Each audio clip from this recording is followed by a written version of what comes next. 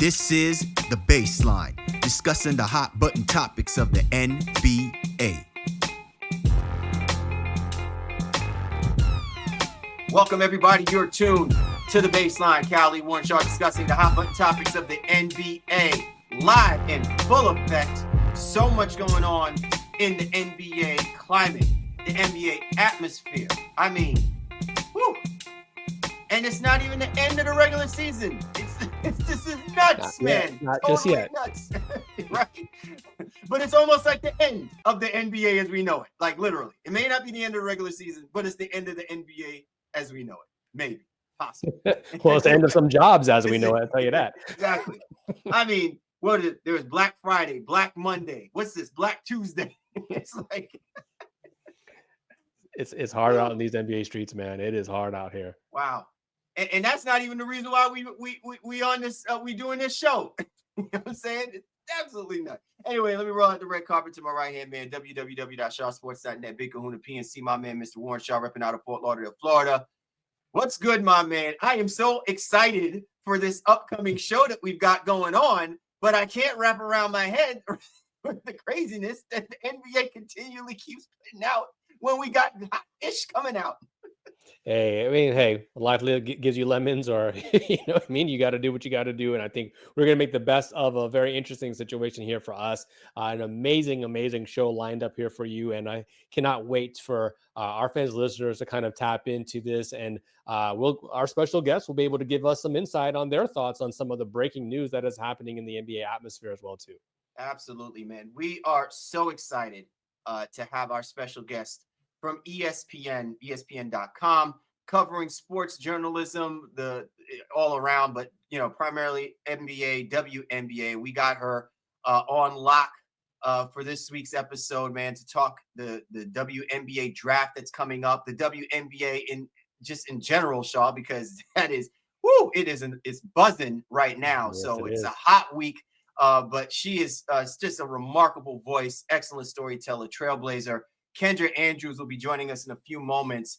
So we are so excited to chop it up with her. As always, we appreciate everybody hopping on board with us this week. Be sure to get my man Shaw at Shaw Sports NBA, or get at me at Game Face Lee, the show's Twitter handle at NBA Baseline.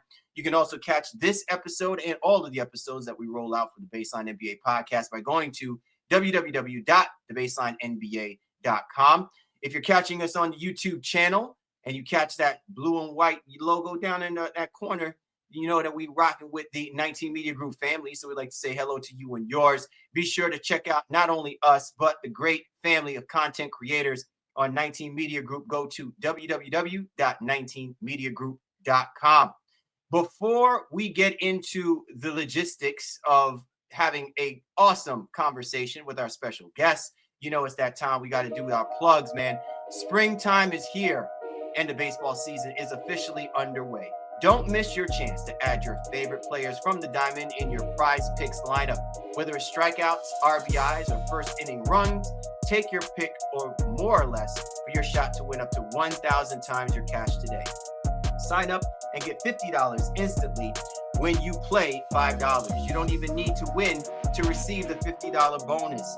It's all good when you use the promo code CLNS. Prize Picks also offers weekly promotions that can lead to big payouts and is available in more than 30 states, including California, Texas, Georgia, and Florida. On Prize Picks, you can mix and match players, projecting from different sports, combine your favorite baseball players, players from basketball, hockey, esports, and so much more. I might take Jason Tatum for more than 27 points and Juan Soto for more than 2 hits to mix players from my favorite teams in different sports. Do you think Luka Doncic will hit more than 5 3-pointers next week? Or do you think Aaron Judge will have more than 4 ribbies? Cook up your hot takes with friends and win real money when you and your crew run your game on Prize Picks.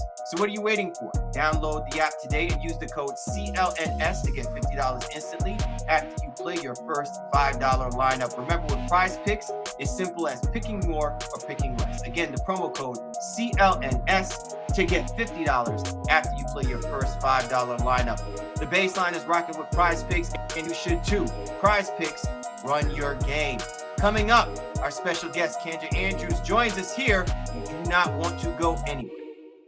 Time now to do a little FaceTime with the baseline. And with us, we are super excited. Our next guest is a true powerhouse in sports journalism since joining the ESPN family. She is a rising phoenix in the world of basketball reporting for not just the NBA, but also the WNBA as well. Not only can you find her reporting on ESPN.com, you can also catch her as a contributing analyst and reporting on many of ESPN's television platforms, including SportsCenter and NBA Today, the latter of which is hosted by her sister, Malika Andrews. Truly a remarkable voice, an excellent storyteller, and a trailblazer in her own right. We are thrilled to have the incredibly talented Kendra Andrews joining us here on the baseline. Kendra, we are so stoked to have you on with us this week. Welcome. Wow, what an intro. I'm happy to be here too. Thank you guys. I mean, I'm glad we're able to put a smile on your face because clearly the NBA was trying to make us look like the grimaces today with some of the, again, out of the box news that has been, elevating and racing through the wires and stuff. And I'm sure you were right there when Shams reported that the Denver Nuggets decided to part ways with head coach Mike Malone and also decided to discontinue the relationship with their general manager with I believe Calvin Booth. Right. Mm-hmm. So Kendra, listen, Sean and I we've been doing this for a while. We're not immune to the crazy cycles that go on, but to me, I find this very much unprecedented that this has now happened twice in less than a month's time frame where two well-known, very in their own right, legendary head coaches have been dismissed. What do we make of something like this? And is this really actually the trend of the NBA right now? And I think we also have to throw in like the timing of it, right? Because Taylor Jenkins, who's the other one that you're mentioning, 3 weeks ago, right? 3 weeks before the playoffs start, Michael Malone now with the Nuggets. I think there's 3 games left in the regular season. And it sure feels like it's the way that the NBA is trending right now. I think it's 4 head coaches who have won a championship in the last 5 years or not with the team that they won the championship with. So it's like, again, it definitely feels like it's trending that way. I think, especially with this one with Michael Malone, it feels very shocking. I've seen a lot of reporting done by my colleagues of it appeared that the Nuggets were reaching a tipping point with either Calvin Booth or Michael Malone with the tensions within the organization. But the firing of both of them, and again, at this time was definitely the shock. And actually, before I joined ESPN, I covered the Nuggets for about 2 years, and it was at the start of their rise. It was before, they won a championship. Michael Porter Jr. was still working out his back issue, so they weren't, a real contender yet. They were working towards it. But just the way that Malone had his relationships with Jamal Murray, Nikola Jokic, of course, it was a different general manager at that time. But those 3 guys of Jokic, Malone, and Murray really seem to have something going for them. So when you fire the head coach of arguably the best player in the world, that's the only coach he's ever known. I'm very curious to see kind of where the Nuggets go from here, because it's all about maximizing Jokic's window, which they feel they still have. He's only like 26 or 27 years old, maybe 28, but like they still have a lot of time left in his prime. So I'm really curious to see what direction the Nuggets take this in. Kendra, I'm going to chime in and follow up with the NBA question only from the lens because we have you here, right? And so I want to get somebody who's been covering the league's perspective. I'm not one for hyperbole. I'm not one for overreactions, but I feel like this is one of the wildest seasons we've seen in recent history. I mean, maybe just 2025 alone, obviously the Luka trade and so forth. But like, what is from that lens? Have you been a part of something that has been as wild as this specific season seems like it's been? Maybe not in terms of like player movement and coach movement. Since I think nothing will ever top the COVID year that the league got shut down. I think that was the craziest season to ever happen. But in terms of player movement, I have never been a part of something like this. When you look at the AD and Luka trade, you look at Jimmy Butler going to the Warriors, just like really seismic moves that shift. Carl Anthony Towns, being traded from Minnesota. So many huge pieces have been moved from the franchises that's what they're synonymous with for so long. I think the NBA and the teams that are in it and the competing, like it's all about winning right now, and patience is running thin, at least with the moves that we've seen be made, right? Whether that's what the Mavericks were going for when trading Luca and getting AD, they thought that was going to help them in the immediate now. Whether Carl Anthony Towns had been in Minnesota for 7, 8, 9 years, that wasn't getting them where they wanted to go. Should they have given them more time? I mean, they made it to the Western Conference Finals, and the Mavs made it to the NBA Finals last year. So coulda, woulda, shoulda. But it definitely feels like the patience is maybe from the outside looking in, not there as much as it once was. The coaching carousel, I think, has been coming to this tipping point for a while. I remember we would always ask Steve Kerr. I think Steve Kerr, Eric Spoelstra, and Greg Popovich are the only 3 coaches with the same team they've been with since 2020. 3 in the entire league. There are only 3 coaches that have been with their team for at least 5 years. And, the coach is always the first one to go. Then players are probably traded next. But it's definitely happening at a high rate and a very seismic rate this year, which is definitely more eye-catching than I think in years past.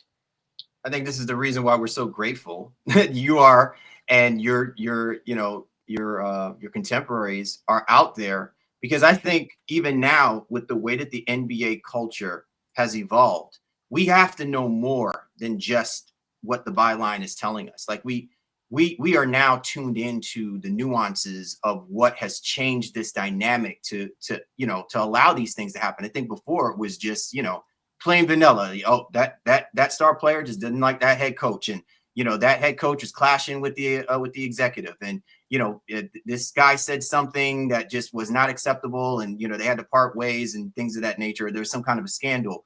But I really think that a lot of what you're speaking to, Kendra, speaks a lot more to the nuance of where we are with really understanding that these moves are calculated moves. And probably now it's like we have to be very dialed in to truly understand. It's not just about somebody being mad, but also it just kind of there's somebody's keeping tabs on a lot of the things that are taking place. And if they choose to wait too long, then it can fester into a nightmare of somebody has to get in front of it and speak to it and things of that nature. And so it was never like this for how long we've been watching the game of basketball. Yeah. But now we have to come to that realization that if this move happens, before we're just quick to just judge and say, oh, they're in the wrong for doing something like that, it's so important to find out just really the backstory about what's impacted that situation. Well, and it's also one of those things of it's, if it works out, it's like, oh, that was the right choice. And then if it doesn't, it's like, what were they thinking? I think that the Dallas Lakers trade is such a prime example. You look at how Dallas's season has unfolded since then, and they could have never guessed that the injuries that have happened, with AD and with Kyrie would have happened when they made that trade. But you're like, what were they thinking? Like the Lakers they have a chance to be the number 2 seed in the West. Like, oh my God. But if the Mavs had made it back to the NBA Finals this season, we would have all been saying, oh my God, they knew that this is before anyone else did. And so again, if the Nuggets make this crazy unexpected run in the playoffs, it's wow, they really knew something. I mean, even you look at when Mike Brown was fired from the Kings, and the Kings then, they're still in the play-in picture right now, but they went on a little run. And it was, wow, okay, maybe they did need to breathe some fresh life into that organization. That was a firing that was very shocking to a lot of us. But then Doug Christie came and brought a new energy, and the players really seemed to be receptive of that. So there's always a lot that we don't know about when it happens. And yeah, we try and do our best to kind of figure it out and enlighten everyone else. And then the results speak for themselves. If it works, everyone's a genius. If it doesn't work, it's, man, like, what were you thinking? That was a big fat failure. Absolutely. Well, Kendra Andrews, you are a genius, and we thank you for Oh, giving us some thank insight you. here. No, some great insight here into the NBA. Let's take a quick break here on the Baseline NBA podcast. We're here with Kendra Andrews from ESPN. We'll be right back here on the other side of this break.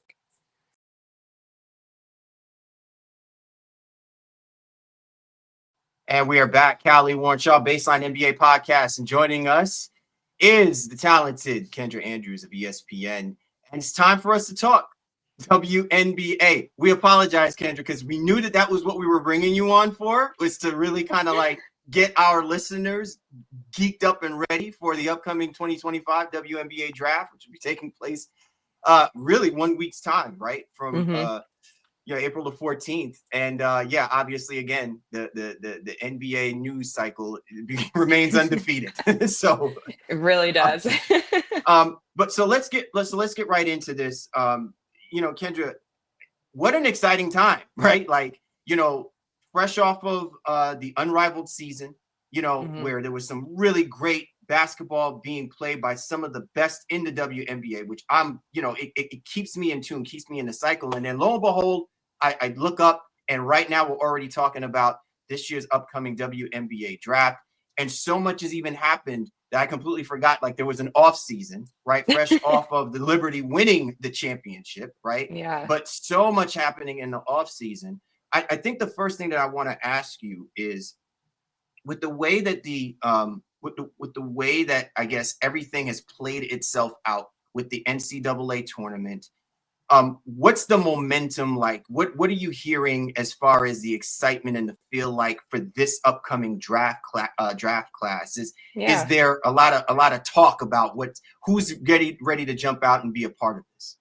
Yeah, I think there's a lot of excitement, and you really, I think women's basketball is very lucky that a year after the Caitlin Clark phenomenon, you have a player like Paige Beckers, who won the NCAA title with UConn, right? She helped end their 16-year drought, and she finally, after 5 years at UConn, got her title.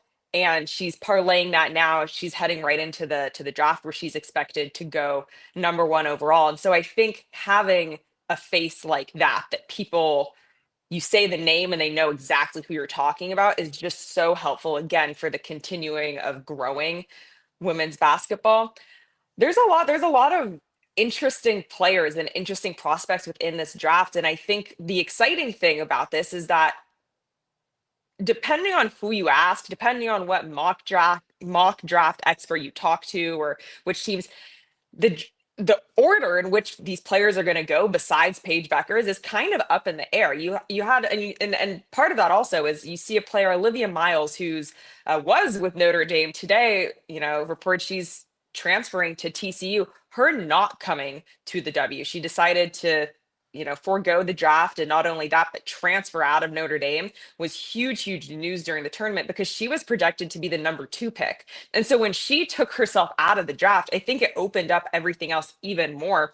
And so from a team side, if you're front office, you say, okay, well, how does that change everything else? Now, this the Storm have the number 2 pick because they got that in a trade. Well, what are they going to do now? Because they're not going to get Olivia Miles. And now, how does that change everything else? So I think I always like it when there's a little bit of unknown in a draft, no matter what sport, no matter what league. And so I think it's going to make it exciting, because teams could go a lot of different ways. Kendra, I'm going to pick up right where you left off there, because it is something that I was wondering about. There's a lot of intrigue about people who did not enter the draft. I think there's a lot of women who had opportunities, or air quote, could have opportunities to be high draft picks, but they chose to go back to school. Yeah. And so your insight on that is that, I have a theory, but your insight, is it because of the NIL situation, or because of the cap spike that's expected in 2026 with the W, where higher draft picks can clearly get more money, earlier on? What's your insight onto why so many ladies went back to school this year?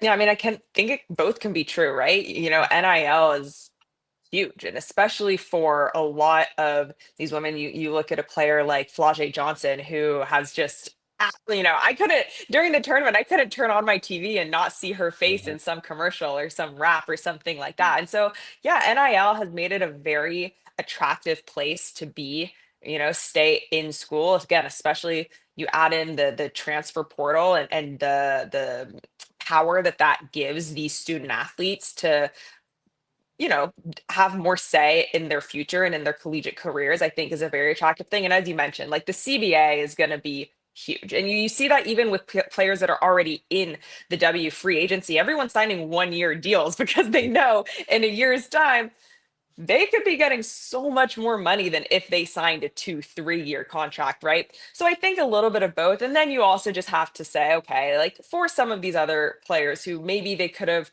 gone, do they just want to get another year under their belt? But I do think, NIL and the CBA will play a part. I know there were all these rumors and even asking if Paige Beckers was going to forego the W for a year and wait for that new CBA to kick in and stuff. And she's clearly not. She said multiple times that she's entering the draft, but there are valid conversations about that, with some of these other players, I think.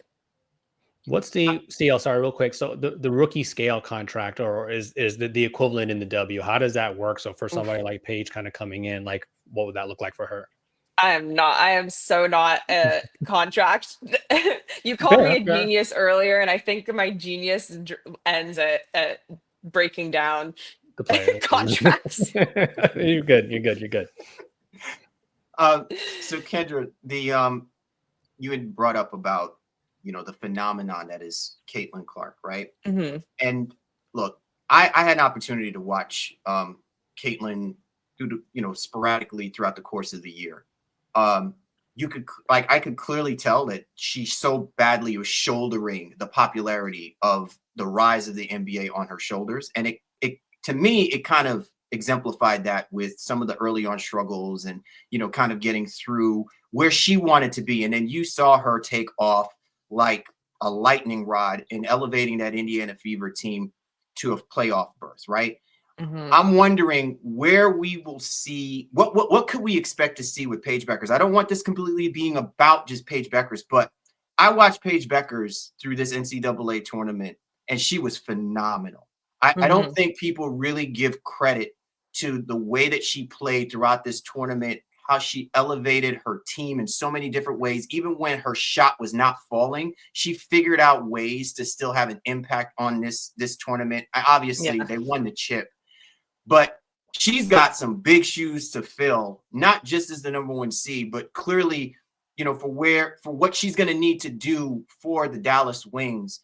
Do you think that she's in a position where she can just come out the gate and be that kind of Paige Beckers, or should we pump the brakes a little bit and give her a little bit of landing space? She can get her, you know what I'm saying, get flight control ready, so when she's ready to take off, she's like a Concorde moving.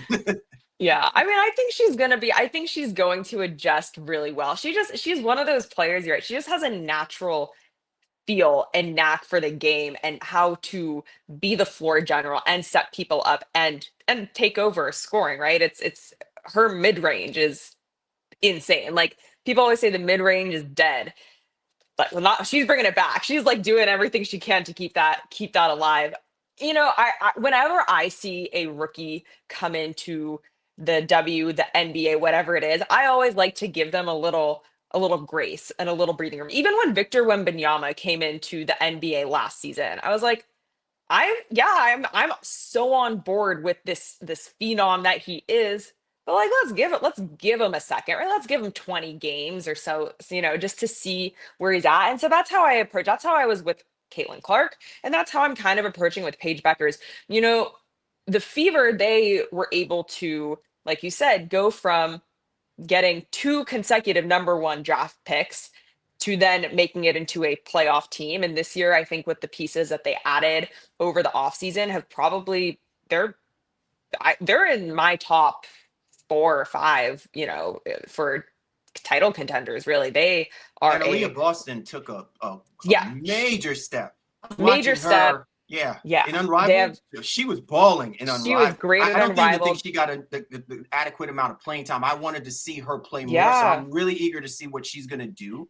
Yeah, she She to did me, great in yeah. the one-on-one tournament. Like she has been great. They have a new head coach in Stephanie White. You know, they like I don't know. I don't think that the wings with the pieces that they lost this offseason are in a position for Paige to come in and shoot them straight back up. You know, they lost a lot.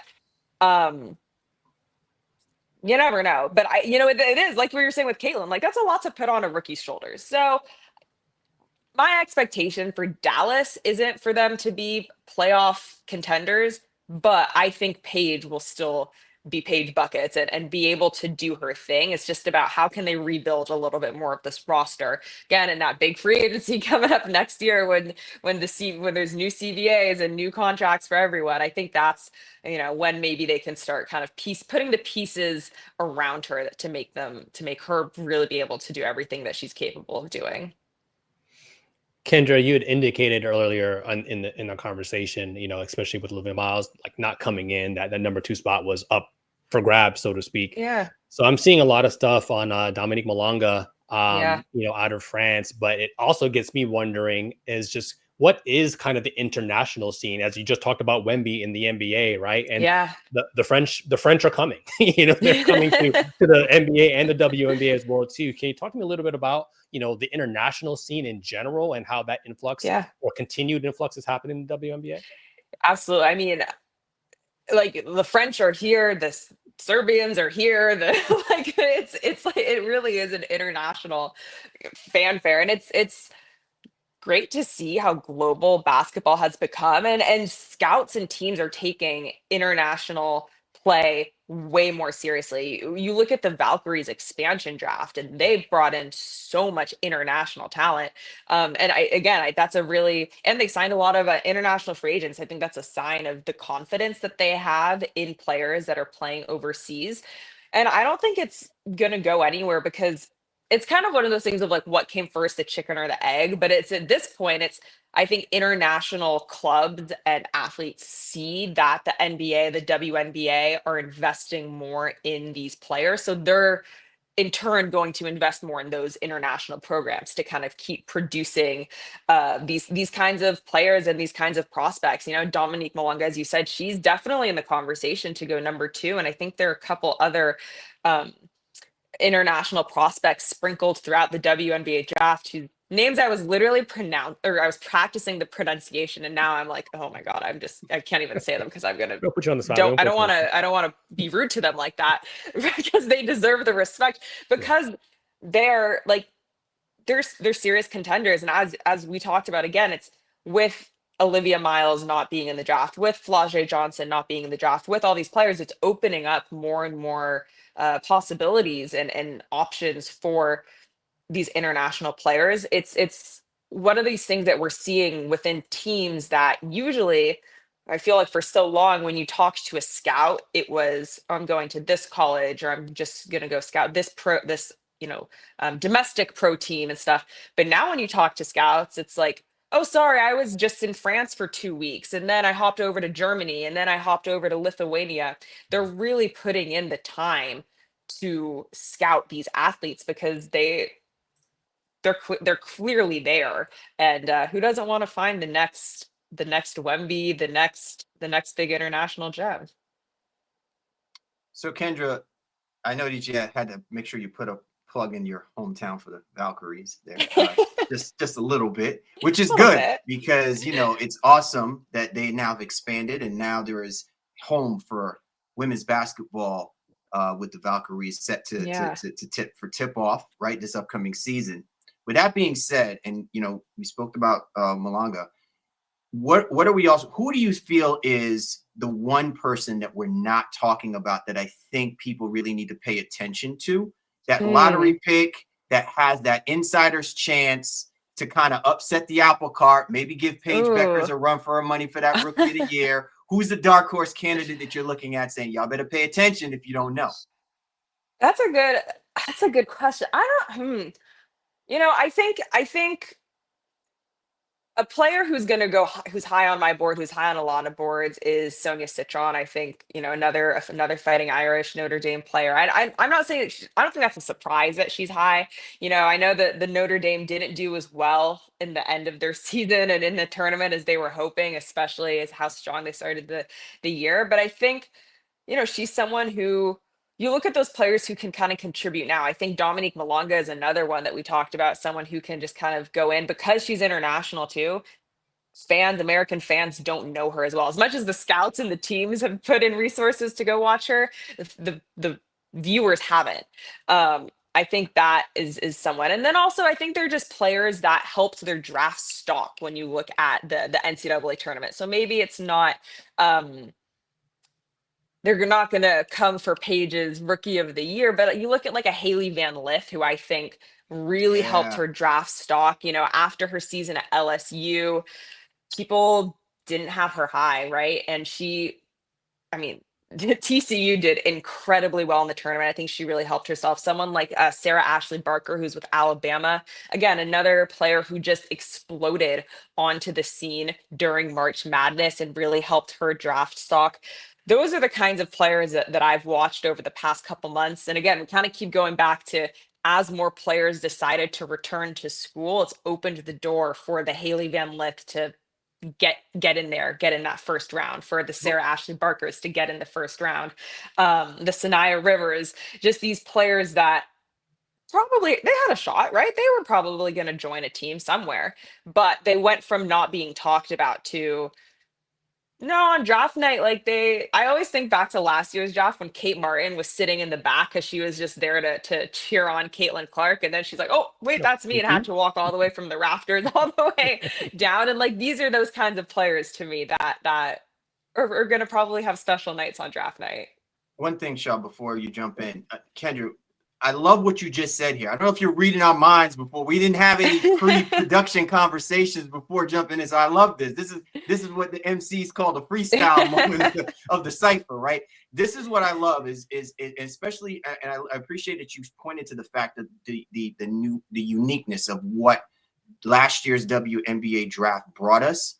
Yeah. And what I'm hoping to see more of is the more natural camaraderie and brotherhood, sisterhood type feeling that really kind of helps people appreciate the grind that these athletes have put themselves through to put themselves in this position to possibly get called up to that stage. So to your point, what I'm thinking about with this year's draft, and especially like the dark horse, candidates and things of that nature, the word that comes to my mind is moxie.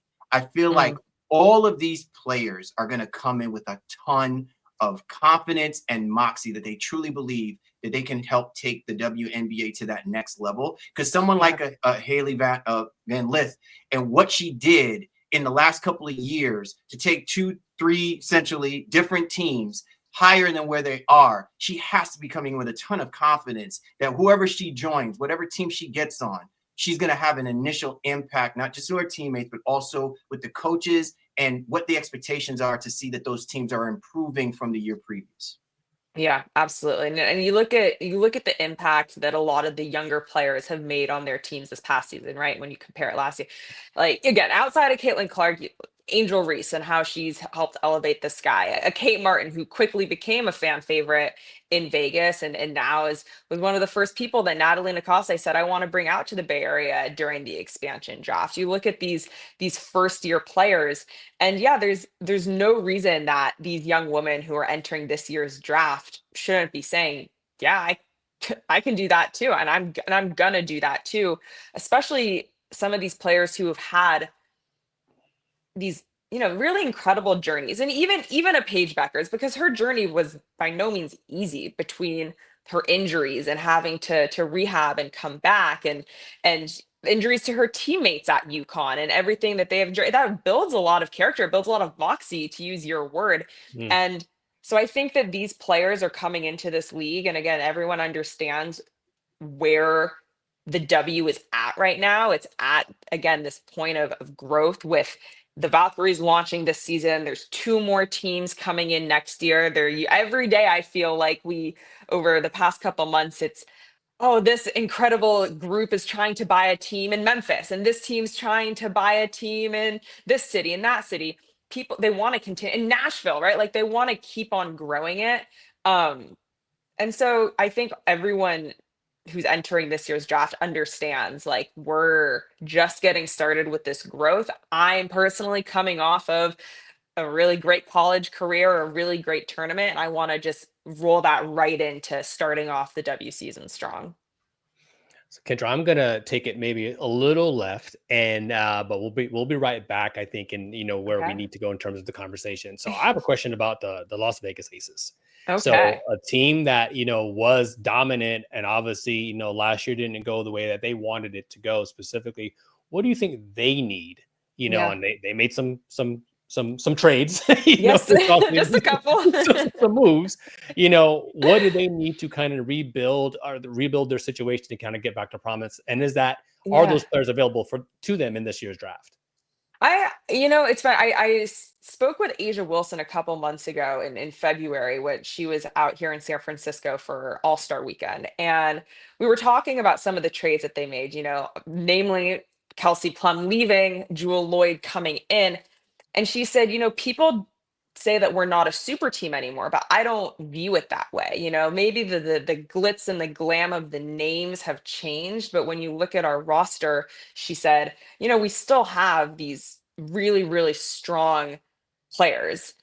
And so, I'm curious. I agree with you. Obviously, when you have that many personnel changes, it's gonna look different, Um,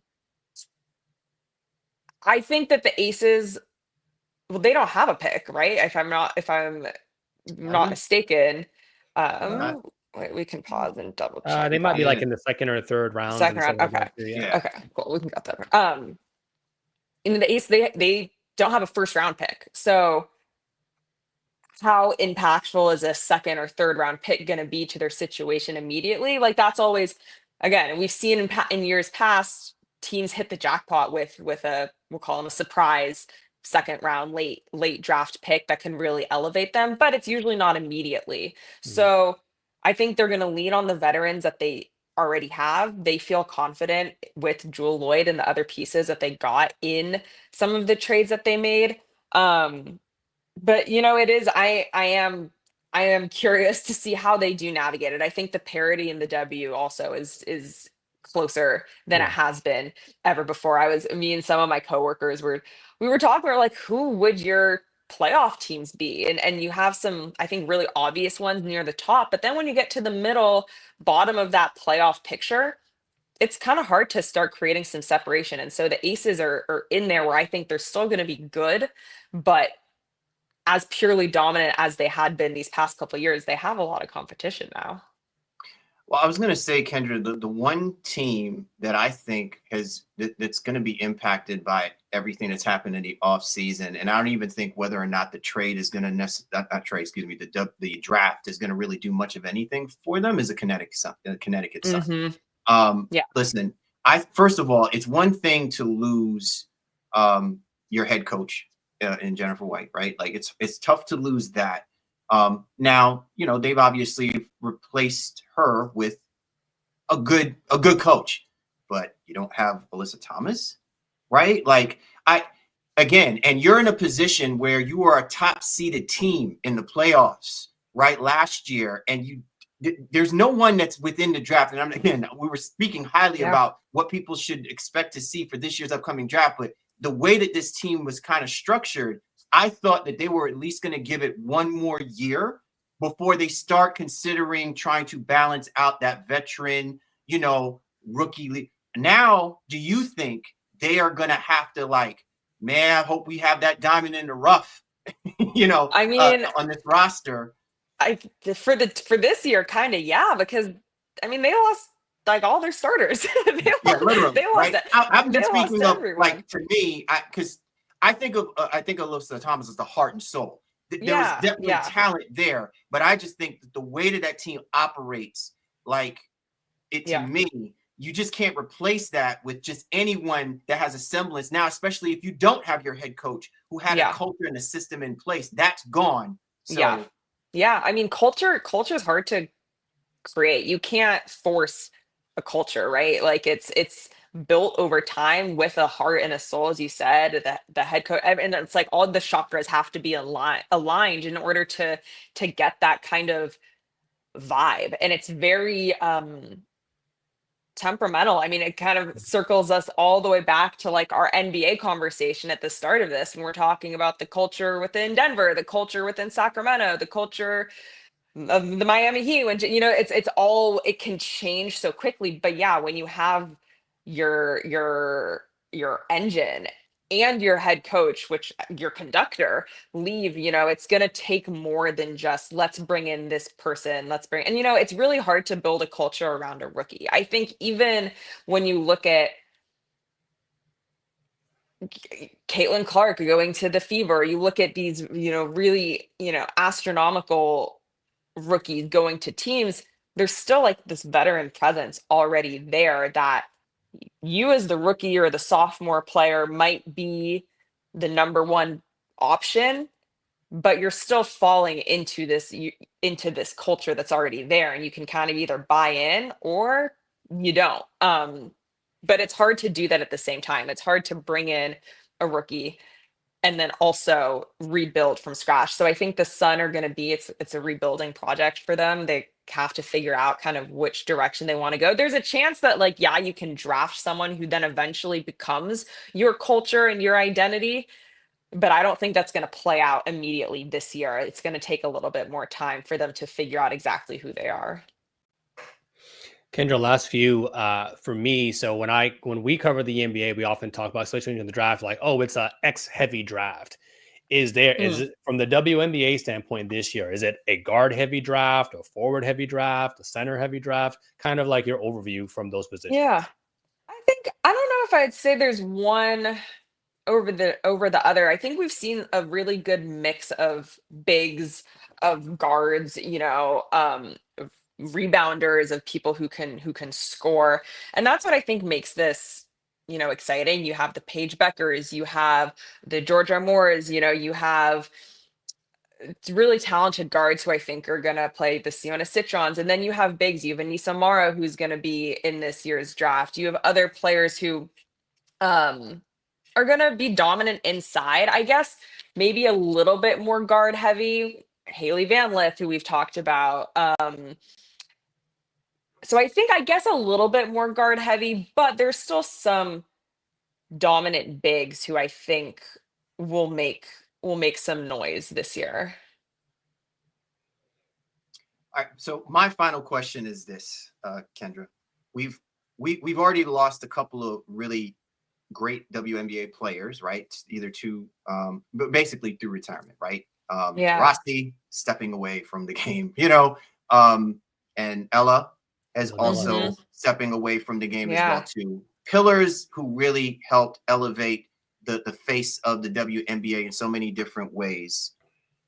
Who are you looking to have step up? Who's stepping up to the plate to take that mantle? I know we've got the Caitlin and stuff like that, but who are you saying, all right, now's your time to shine? I have two names for you. Asia Wilson, I think, she's been so dominant. One of, if not the best player in the league the past couple years, and is just great. And then, someone else who I don't think we talk enough about is Nafisa Collier. And she is coming off of a finals appearance.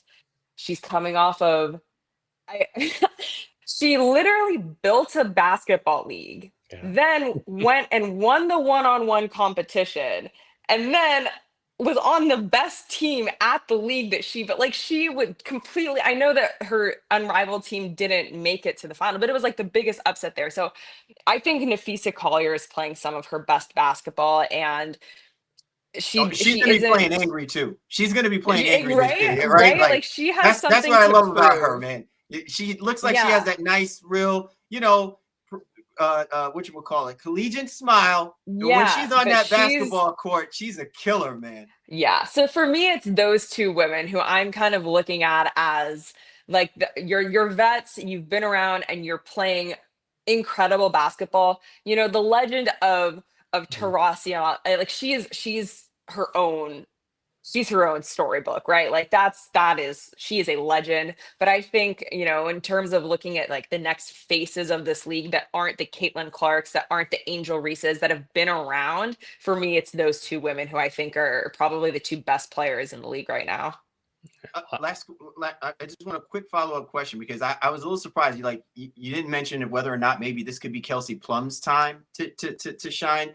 She's now Yeah, paired up with Cameron out there with you the know, Sparks, but I'm I'm just curious wondering. to see. I'm curious to see how that works with the Sparks. You know, I for me that wasn't a trade that when it happened, I was like, boom, Sparks championship, fine. Like for me, it was a little lesser than that type of reaction.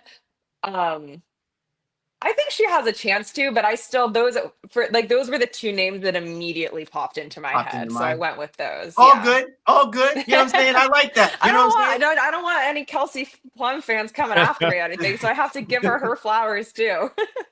Yeah, my final one is really just kind of expanding upon that last part there too, because I think when we have that conversation in NBA spaces, it's so much Hmm. about like, well, who wants to be the face of the league, right? So as you Yeah. tag, these individuals, do you think they want that? And in some ways, it's not always about what you do on the court, but it's what you Yeah. can bring Do off the off court. of Can it. you get Yeah. endorsements, et cetera, et cetera?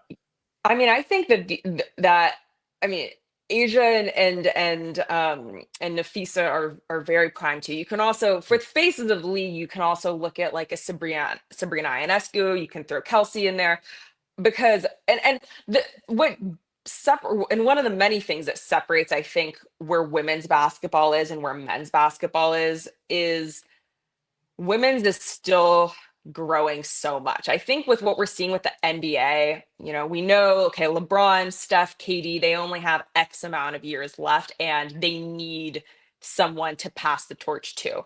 With the W, it's still growing. And so it's not as much of like this, oh my God, who are we going to pass the torch to? As all of these women, I think, are trying to grow the game because they know there's so much more that this league and this sport can reach to.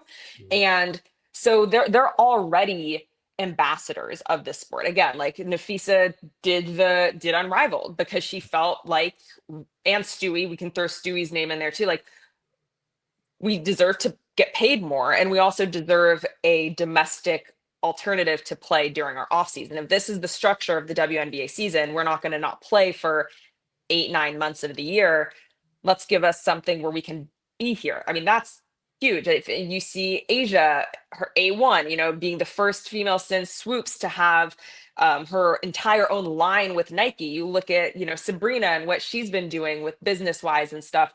I think that these women want to take it on, you know, whereas maybe some of these NBA players are a little bit more skeptical. At least that's what some are suggesting because of some of the responsibilities that come with being the face. Whereas as these women want to do what they can to grow the game, and they just happen to be playing really good basketball to go alongside it. And so it's a fun Merit, honestly, it's fun to see these people be excited about the attention that they're getting, and it makes it a fun thing to be a part of and to cover, and it also makes it just feel promising of the direction that the W is going in. Kendra, what can I say, man? Or what can we say? It's just so remarkable having you on with us Well, thank to you. cover the NBA, WNBA. It's just been spectacular. Are you going to be at the WNBA draft in Manhattan? I won't be in New York, but I'll be all around right after for training camp and the season. And so I'm sure I'm gonna talk to you guys soon throughout the season. Please, like, Well, you don't have to kidnap me because I'm offering myself oh to yeah, come and yeah. hang out with you guys. It's a wild time. It's a wild time. But Kendra, please, before you go, please tell the people where they can find you, anything that you have coming Yes. up next as well. Yeah, you can find me on what are we calling it these days? X, Twitter at Kendra 2_Andrews because the only one underscore was taken by the time I got on. And Instagram, Kendra, just _Andrews. And yeah, ESPN.com, ESPN, all those good things. Once again, Kendra, thank you so much for joining us this week. We definitely hope to be able to bring you back on because there's so much good stuff, and you are just a lightning rod of Oh, information. thank And it's you. just awesome that we had this opportunity to have you on board with us this week here on the Baseline. I appreciate you guys so much, and I'll talk to you guys soon. You're tuned to the Baseline. Callie Warren Shaw discussing the hot button topics of the NBA. We are back, Callie Warren Shaw, Baseline NBA podcast. Time for a little aftermath. My goodness, my gosh, goodness gracious. What an awesome conversation that we had with Kendra, man. And I just, man, we've been fortunate to be doing our show for quite some time, man. And I am always just taken back at how lucky we are to have just great people with, profound minds, always on it, very into it, great perspective, but the energy, bro. Just always, man, I'm always grateful for the energy. And she just has such great energy, man. I love the fact that she is one of the important cogs that's keeping track of things that are going on in the culture of the NBA and the WNBA and kind. Just great all around, man. Yeah, I couldn't agree more. For us, it is always about a vibe, and she definitely brought that. And she's enthusiastic about her job and about covering the W in a way that not a lot of people have been. And as the W continues to grow, it's great. They're great. It's great that she's a part of that space. And I think she treated us with kid gloves. Like we're still novices, right? We're still we don't cover it on a regular basis here on our show. And I think she brought such insight and such grace to the overall conversation, and gracing us, as if you will, too, with some of her knowledge from her days when she covered the Denver Nuggets. Truly amazing conversation. Cannot wait to work with her down the line again here on the Baseline NBA podcast. Yeah, man, absolutely. And again, I encourage, our listeners, if you had an opportunity to check out the interview, and you definitely want to continue to follow her work, be sure to catch her on her plugs on Instagram, on X, and then also check out, what she's dropping on ESPN.com and on the ESPN platform as well, too. Again, she is just right in the thick of it, man. She's keeping her finger on the pulse of everything that's going on with the WNBA and also the NBA respectively as well, too. So once again, we like to humbly and gracefully thank Kendra Andrews for jumping on board with us this week. For the Baseline, Callie Warren Shaw, we appreciate you guys. We do. We'll catch up with you next time.